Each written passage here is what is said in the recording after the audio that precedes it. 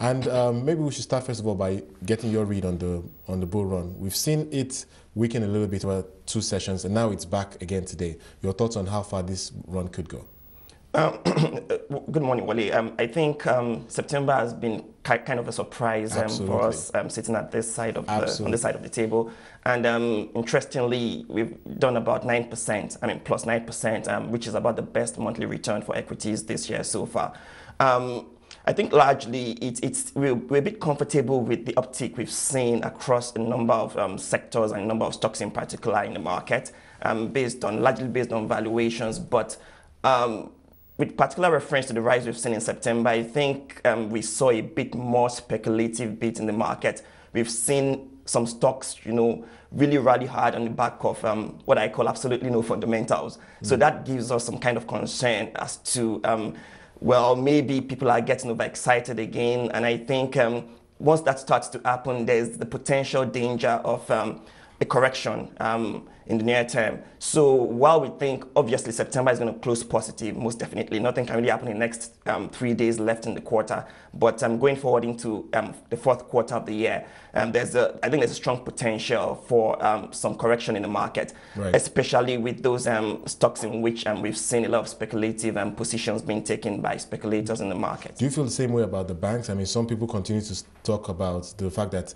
yes, we have seen a significant rally even in that sector, but then we still have quite a number of stocks on the price. Yeah, I think so. At least from our valuations and relative to expectations for earnings in 2012, quite a number of banks are still undervalued, even at the current prices. We've been waiting for this for some time for prices to move closer to fair values. And from, like I said, from our valuation on a justified price to book basis, many of the big banks are still trading below their fair value, suggesting some upside potential. Likes of First Bank, likes of Access Bank as well. We still see some further upside in these stocks, even despite the elevated price levels we are at the moment.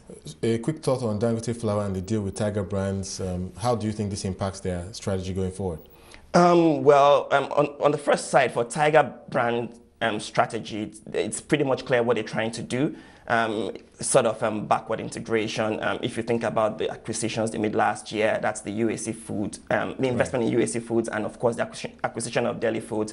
But with respect to flour mills, I think if we look at the price they paid, 9.50 kobo for the shares they took off Dangote Industries Limited. A premium to the market, of course. Yeah, more or less a premium to the market, first of all. And looking at it from the price relative to earnings of Dangote Flour last year, and of course the current earnings of Dangote Flour, it appears to be somewhat expensive.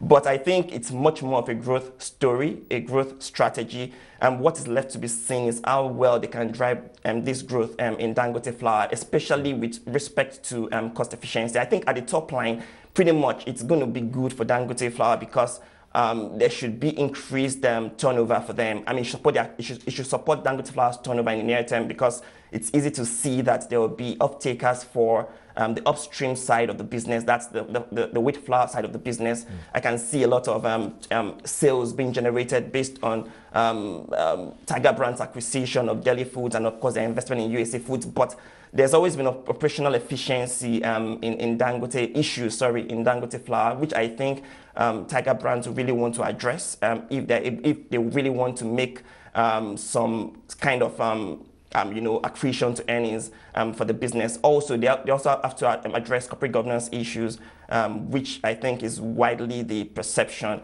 in the market about Dangote Flour. I mean, they just released their first quarter results like 2 weeks ago. Yeah. I mean, that's like 6 months behind schedule. Yeah. Well, hopefully things will change in that respect.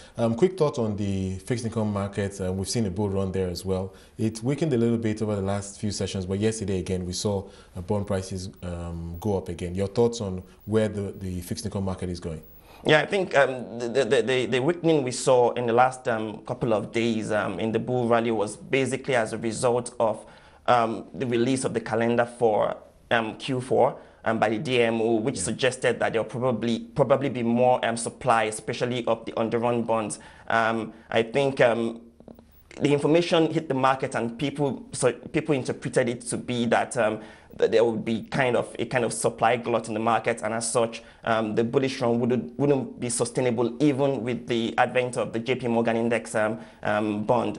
But I think, from what I heard anyways, I think DMO's action was largely informed by the fact that even JP Morgan revised or upped the allocation of the Nigerian bonds on the index from about 0.5% to 0.75% thereabout. So I think clearly we can see even more demand coming into the market, and I think that's why we saw the repricing again yesterday, and we saw the bullish run pick up again yesterday. So I think going forward into October, when this is fully done, that's the introduction of the bonds on the index, we should still see further inflow into the market, and as such, we should still see yields trending like around 12% levels during the quarter.